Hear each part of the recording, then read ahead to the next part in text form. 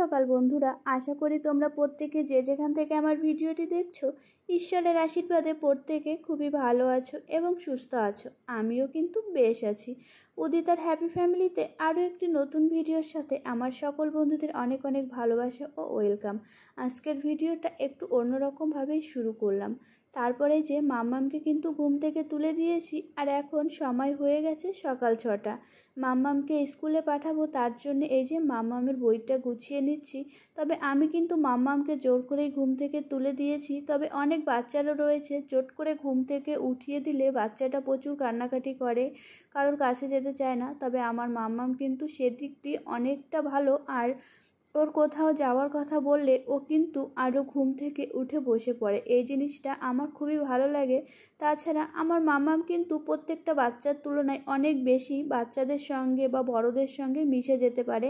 এমন অনেক বাচ্চা দেখেছি তারা কিন্তু লোকজন দেখলে ভয় পায় বা বাড়িতে কোনো মানুষজন আসলে তার কাছে যেতে চায় না।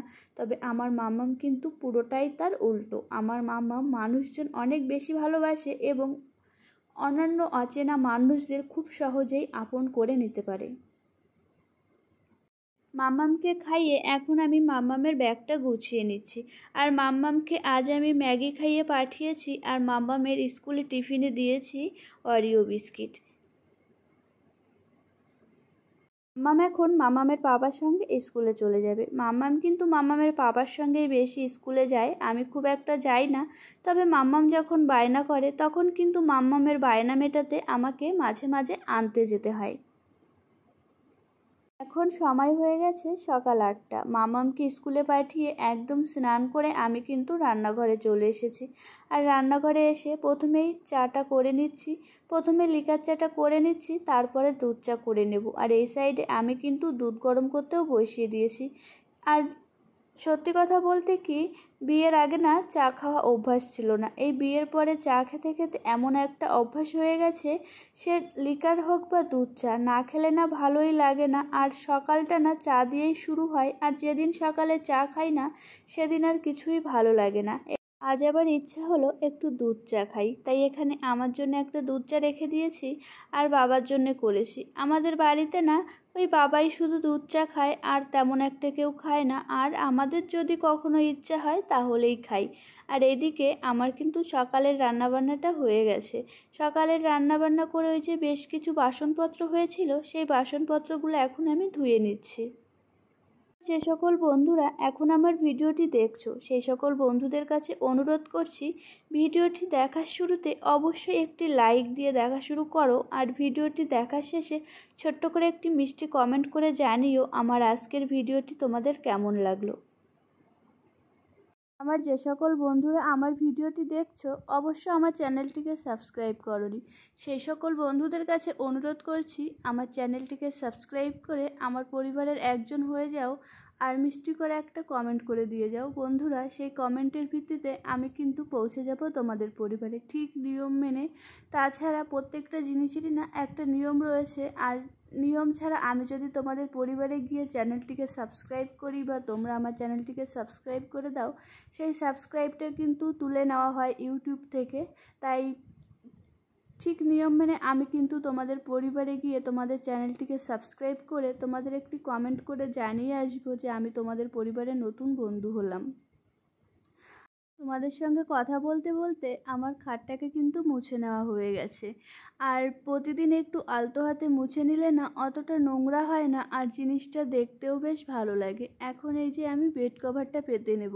আর এই যে বেড কভারটা, এই বেড কভারটা না অনেক দিন হয়ে গেছে, প্রায় 2 থেকে 2.5 বছর। বেড কভারটা না আমার খুবই ভালো লাগে। আর যেহেতু গরম, তার জন্য যত নরম বিছানার চাদর হবে তত কিন্তু বাচ্চা বা আমাদের সুবিধা হবে। তার জন্য কিন্তু আমি এই বেড কভারটাকেই না একটু বেশি বিছানায় পেতে রাখি।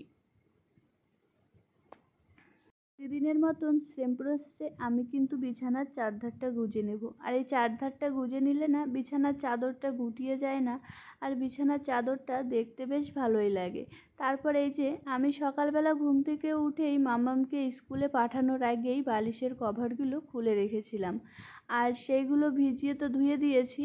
আর এই বালিশগুলোকে ওই যে জানালার উপর রেখে দিয়েছিলাম, আর সকালের দিকটাতে না জানালার উপর খুব মিষ্টি রোদ্দুর আসে, সেখানে রেখে দিয়েছি। আর এসে দেখলাম বেশ ভালোভাবেই গরম হয়ে গেছে। তারপর এই যে বেড কভারটা আজ আর ধোবো না, এটাকে রেখে দিলাম, যেহেতু স্নান করা হয়ে গেছে ওটাকে আবার আগামীকাল ধুয়ে দেব। তারপর এখন এই যে বিছানাটা গুছিয়ে আমি চলে এসেছি জামা কাপড় মেলতে। তখনও কিন্তু মাম্মাম আসেনি, তবে আমি জামা কাপড় মেলতে মেলতে না মাম্মাম চলে এসেছিলো। আর মাম্মাম বায়না যখন স্কুল থেকে আসবে তখন ওকে গাড়ি থেকে নাকি কোলে করেই নামাতে হবে। আর আমি যেহেতু উপরে ছিলাম, নিচে যেতে পারছিলাম না, তাই মাম্মাম শুধু বারবার গাড়ির হর্ন বাজাচ্ছিল আর মানে ডাকাডাকি করছিল। পরিস্থিতির চাপে পড়লে মানুষ কত কিছু শিখে যায়। না, আমি সেটা বলবো না, আমি বলবো মানুষ মানুষকে শিখিয়ে দেয়। এই যে আমার শাশুড়ি মায়ের শরীর ভালো না, মাম্মামকে স্কুলে পাঠানো, মাম্মামকে খাওয়ানো, রেডি করানো, তারপর আবার সংসারে রান্না বান্না, মানে আমাদের পরিবারে না 3 বেলাই রান্না হয়। সকালে যেমনি হয়, দুপুরেও হয়, আবার রাত্রেও হয়। পুরোটা সংসারকে একা হাতে সামলানো, তারপর আবার বাচ্চা রয়েছে। আর পরিবারের প্রত্যেকটা মানুষ যদি সমান হয় না, তাহলে কিন্তু কষ্টটাকে আর কষ্ট মনে হয় না। আমাদের পরিবারে আবার একটু অন্য ধরনের রয়েছে। ওই এক একজন এক এক টাইমে খাবে, এক একজন এক এক টাইমে ঘুম থেকে উঠবে, সব থেকে না অনেক মানে বিভিন্ন রকমের একটা চাপ কিন্তু আমাদের থেকেই যায়। তবে পরিস্থিতির চাপে পড়ে আমি এইসব যতটা না শিখেছি, তবে মানুষকে না অনেক বেশি শিখেছি। যাই হোক, নিজের যখন সংসার, নিজে তো আমি হাসি মুখে সবই করতে পারছি। আমার হয়তো বা একটু কষ্ট হচ্ছে, তাতে কি হয়েছে, দিন শেষে সবার যে হাসি মুখটা দেখতে পাচ্ছি সেটা আমার অনেক বেশি ভালো লাগছে। আর জামা কাপড়গুলো মেলে এসে আমি চুলটাকে শুকিয়ে নিচ্ছি। ওই বর্ষাকালে চুলের গোড়াটা যদি ভেজা থাকে প্রচুর পরিমাণে চুল ঝরে, তাই ভাবলাম আজ থেকে আমি না হেয়ার ড্রাই দিয়েই একটু চুলটাকে শুকাবো। তাছাড়া আমরা যারা সাধারণ গৃহবধূরা রয়েছি, আমরা কিন্তু ইলেকট্রনিক্সের ব্যবহার যত না করে পারি ততই আমাদের ভালো, কিন্তু ওই যে বাধ্যতামূলক আমাকে করতেই হলো। তারপরে যে মাম্মামকে ঘুম পাড়িয়ে চলে এসেছিলাম দুপুরে রান্নাবান্না করতে। ওই দুপুরে রান্নাবান্নায় ছিল লাউয়ের তরকারি, মাংস, আর হচ্ছে এই যে বটবটি নাকি ওটা ভাজা করেছিলাম। আর এত দামের সবজি ধনেপাতা, এখন এটা তো সিজন নয়, তবু এটা এনেছে মাম্মামের বাবা।